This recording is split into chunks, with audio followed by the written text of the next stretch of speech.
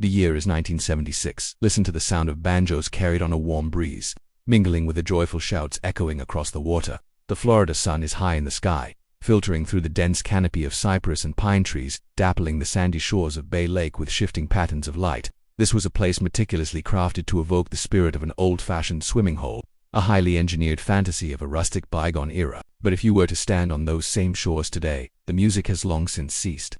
The water, once churning with activity, lies perfectly still.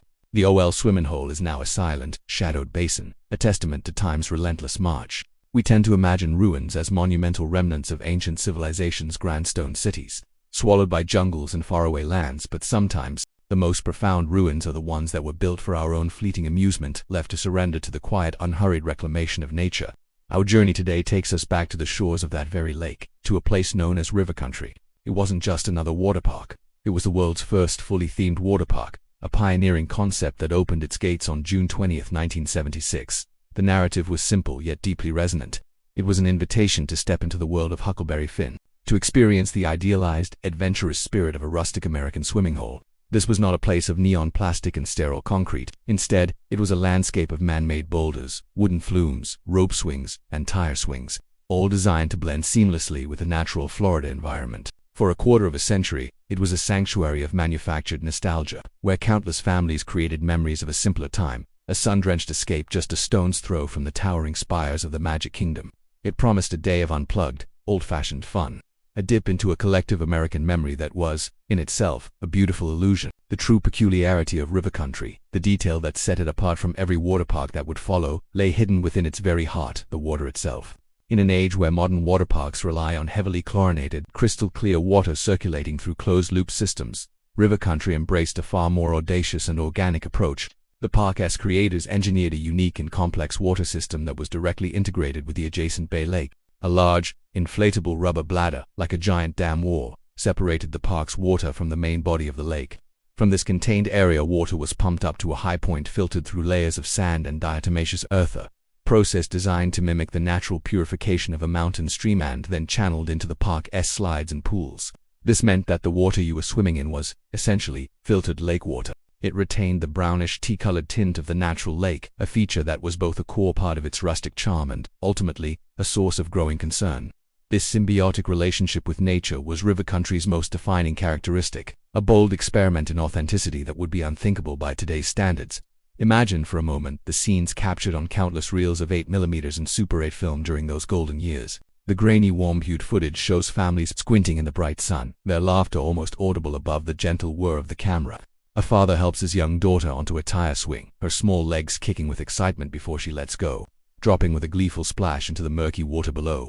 Teenagers race each other down the whoop and hollow slides, their bodies disappearing into the flumes before shooting out into the pool at the bottom. The camera pans across the upstream plunge, a kidney-shaped pool with small bubbly slides, filled with toddlers and their parents enjoying the gentle currents.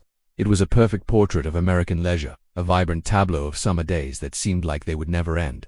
Now, let that vintage image dissolve, fading slowly into a high-definition drone shot captured in the soft, melancholic light of a modern-day golden hour. The camera glides silently over the same landscape, but the scene is transformed. The whoop and hollow slides are still there, but they are cracked, dry, and stained with years of dirt and mildew. Thick green vines snake their way up the structures, consuming the very slides that once carried so much joy. The wooden railings and bridges have rotted away, collapsing into the empty, leaf-strewn basins below. The vibrant greens and browns of the active park have been replaced by the muted, decaying tones of abandonment.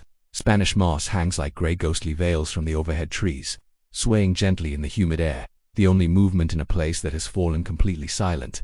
The water is gone, the laughter is gone, and what remains is a skeletal echo, a powerful and poignant visual dialogue between a vibrant past and its desolate present. The end of River Country was not marked by a catastrophic event or a grand, ceremonial farewell. There was no final day, no closing announcement, no last splash for the history books.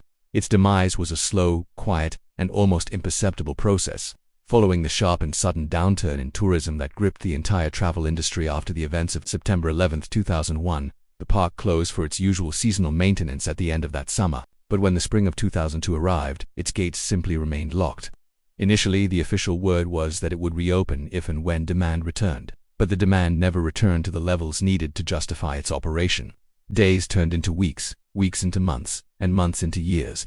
The temporary closure became permanent, not by declaration, but by the quiet accumulation of time. For nearly 2 decades, river country sat in a state of suspended animation, a fully intact ghost park left to decay in plain sight. It became a modern ruin, an object of fascination for urban explorers and Disney historians, a lost kingdom nestled right beside the bustling hub of Fort Wilderness and just across the lake from the busiest, most meticulously maintained resort on the entire planet. It was a forgotten chapter, a footnote in a larger story, slowly being erased by the unyielding forces of nature.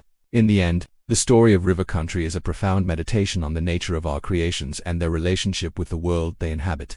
We took a piece of wild Florida swampland, and with immense ingenuity and artistry, we built a sanitized, romanticized imitation of a natural swimming hole. We sculpted rocks, engineered currents, and filtered lake water to create a perfect, safe, and repeatable experience of the wild. We built a fiction of nature for our own entertainment, and when we were done playing, when our attention drifted elsewhere, we simply walked away. And in our absence, the real, untamed nature of Florida, with its humidity, its invasive plants, its relentless cycle of growth and decay, arrived to quietly and methodically take it all back. The artificial boulders are now covered in real moss, the man-made slides are being consumed by living vines. The carefully constructed illusion has been reclaimed by an undeniable reality. We built a beautiful temporary dream of a river, and the enduring, patient wilderness returned to swallow it whole, reminding us that even our most cherished places of joy are like the memories made within them, ultimately impermanent.